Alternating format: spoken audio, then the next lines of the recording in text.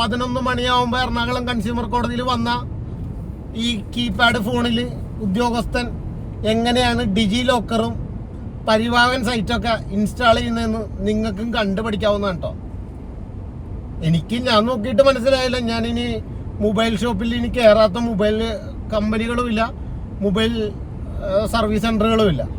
അവർക്കൊന്നും പറ്റിയില്ല. എന്തായാലും ഇന്ന് മോട്ടോർ വെഹിക്കിൾ ഡിപ്പാർട്ട്മെൻറ്റിലെ ഉദ്യോഗസ്ഥൻ ഈ ഫോണിൽ ഇന്ന് കാണിച്ചു തരും. കയ്യിലിരിപ്പ് ചൊവ്വല്ല, അഴിമതിയാണ് നിങ്ങൾ കാണിക്കണമെങ്കിൽ ഞാൻ നേരത്തെ പറഞ്ഞ തന്തയ്ക്കും തള്ളയ്ക്കും മുത്തിക്കും വിളിക്കും. അതിനി അതിൻ്റെ മേളിലിരിക്കുന്ന മോട്ടോർ വെഹിക്കിൾ ഡിപ്പാർട്ട്മെന്റിന്റെ മുകളിലിരിക്കുന്ന മന്ത്രിയില്ലേ, മന്ത്രിയാണ് കള്ളനെങ്കിൽ മന്ത്രിയുടെ അന്തയ്ക്കും വിളിക്കും. കാരണം എൻ്റെ പേര് ബോസ്കോ കളമശ്ശേരി ആയതുകൊണ്ടാണ്.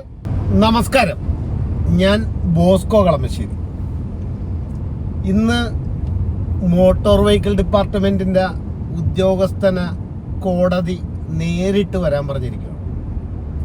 മറ്റൊന്നും കൊണ്ടല്ല, കഴിഞ്ഞ 1.25 വർഷമായിട്ട് ഞാൻ ഈ ഓടിച്ചുകൊണ്ടിരിക്കുന്ന വണ്ടിക്ക് RC ബുക്കില്ല. ഉദ്യോഗസ്ഥൻ പറയുന്നു വണ്ടിയിലുണ്ട്, മറ്റേ കിണ്ടിയിലുണ്ട്, മറ്റേ മിഷ്യനിലൊക്കെ ഉണ്ട് എന്നൊക്കെ പറയുമ്പോൾ എൻ്റെ വണ്ടി നാളെ ഒരുത്തം മോഷ്ടിച്ചുകൊണ്ട് പോയാൽ, അല്ലെങ്കിൽ പണ്ട് ഒരു സിനിമയില്ലേ വക്കാലത്ത് നാരായണൻകുട്ടി,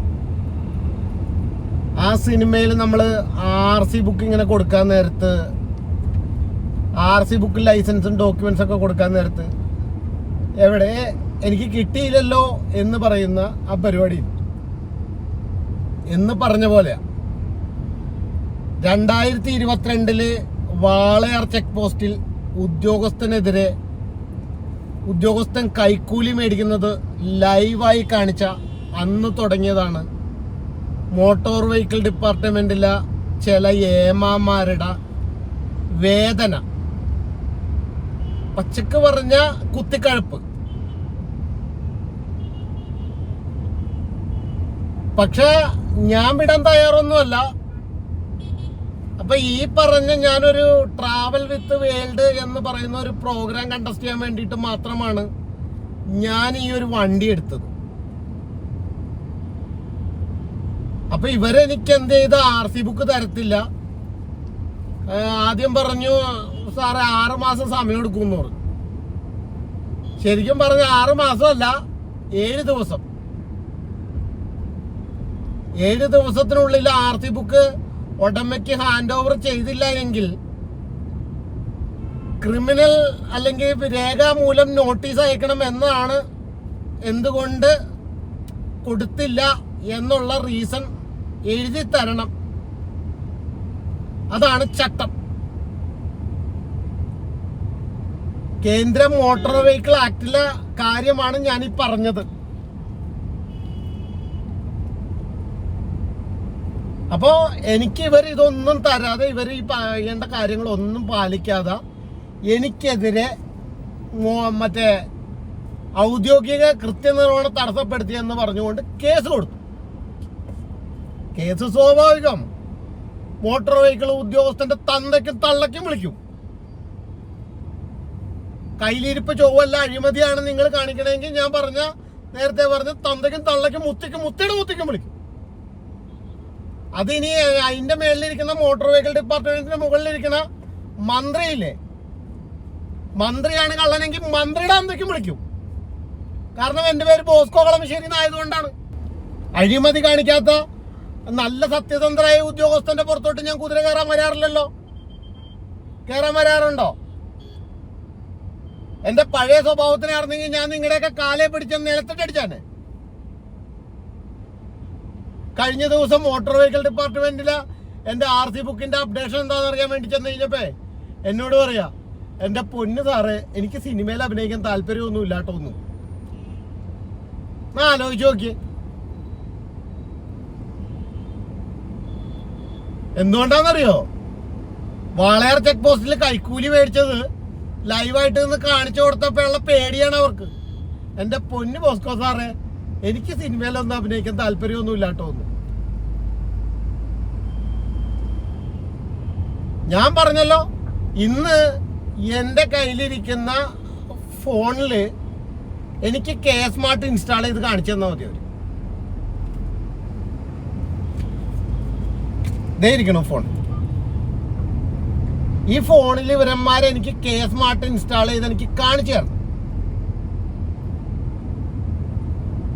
അല്ല, കെ സ്മാർട്ട് സോറി, എന്തെന്ന് ഡിജി ലോക്കറോ പരിവാഹൻ സൈറ്റോ എനിക്ക് ഇതിനകത്ത് ഇൻസ്റ്റാൾ ചെയ്ത് കാണിച്ചു തന്നില്ലെങ്കിൽ ഞാൻ കേസ് കൊടുക്കുന്നല്ല,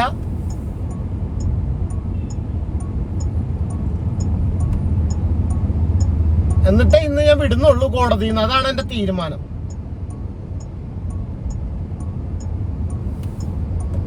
കുറെ കാലമായി ഇട്ട് പറ്റിക്കാൻ തുടങ്ങിയിട്ട്. മറ്റേ ഡിജി ലോക്കറിൽ ഇൻസ്റ്റാൾ ചെയ്താൽ മതി. ഡിജി ലോക്കർ ഇൻസ്റ്റാൾ ചെയ്ത് എനിക്ക് കാണിച്ചു തരാമോ? ഞാൻ സമ്മതിക്കാം. ദേ ഇരിക്കണം ഫോൺ.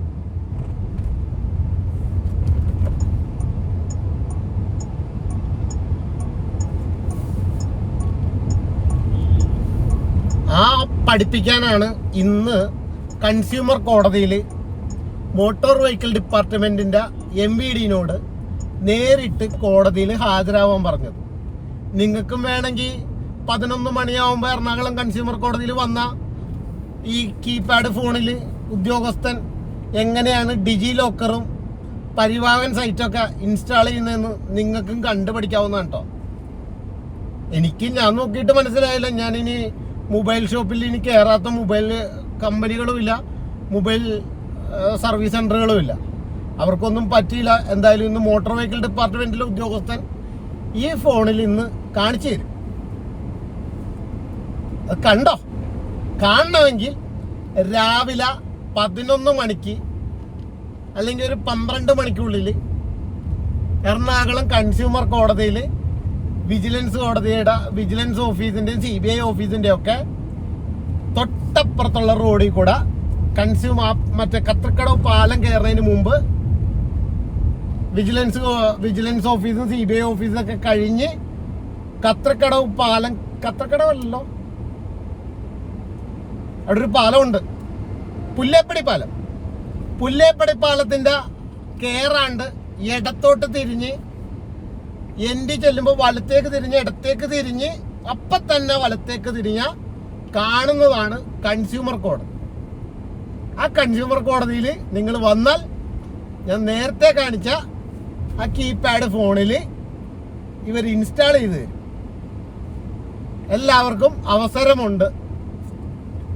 കാരണം ആ കീപാഡ് ഫോണിൽ കാണിച്ചു തന്നാൽ മതി. കാരണം എൻ്റെ കയ്യിലിരിക്കുന്ന 24 മണിക്കൂറും കോൾ വരുന്ന ഒരു ഫോണിൽ ബാറ്ററി നിൽക്കില്ലെന്ന് നിങ്ങൾക്ക് എല്ലാവർക്കും അറിയാം. അപ്പം ഞാൻ കുറച്ച് കാലമായിട്ട് ഞാൻ യൂസ് ചെയ്തുകൊണ്ടിരിക്കുന്ന ഫോണും ഇതാണ്. അപ്പോൾ അതുകൊണ്ട് തന്നെ ഇവന്മാർ ഇതിനകത്ത് എനിക്ക് ഇൻസ്റ്റാൾ ചെയ്ത് തരണം. കാരണം ഇതാണെങ്കിൽ ഒരു 6 ദിവസം 7 ദിവസം ഒക്കെ ഫോണിൽ ഇങ്ങനെ ചാർജ് നിൽക്കും. 7 ദിവസം കൂടുമ്പോൾ ഒന്ന് ചാർജ് ചെയ്താൽ മതി. 1 മണിക്കൂർ കൊണ്ട് ഫോണിട്ട് ഫുള്ളാവുകയും ചെയ്യും. വലിയ ബുദ്ധിമുട്ടുകളുമില്ല.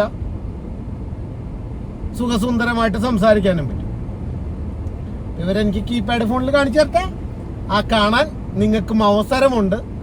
രാവിലെ 11 മണിക്കും 12 മണിക്കും ഇടയിലായിട്ട് എറണാകുളം കൺസ്യൂമർ കോടതിയിൽ വന്ന നിങ്ങൾക്കും ഈ അവസരം, മൊബൈൽ കമ്പനികളെയും മൊബൈൽ ടെക്നീഷ്യന്മാരെയും എല്ലാവരെയാണ് വിളിച്ചത്. നിങ്ങൾക്ക് പറ്റാത്ത സാധനം ഇന്ന് മോട്ടോർ വെഹിക്കിൾ ഡിപ്പാർട്ട്മെന്റിലെ ഉദ്യോഗസ്ഥൻ നിങ്ങളെ കാണിച്ചു തരും, പരിചയപ്പെടുത്തും. ഈ അവസരം നിങ്ങൾ മിസ്സാക്കരുത്.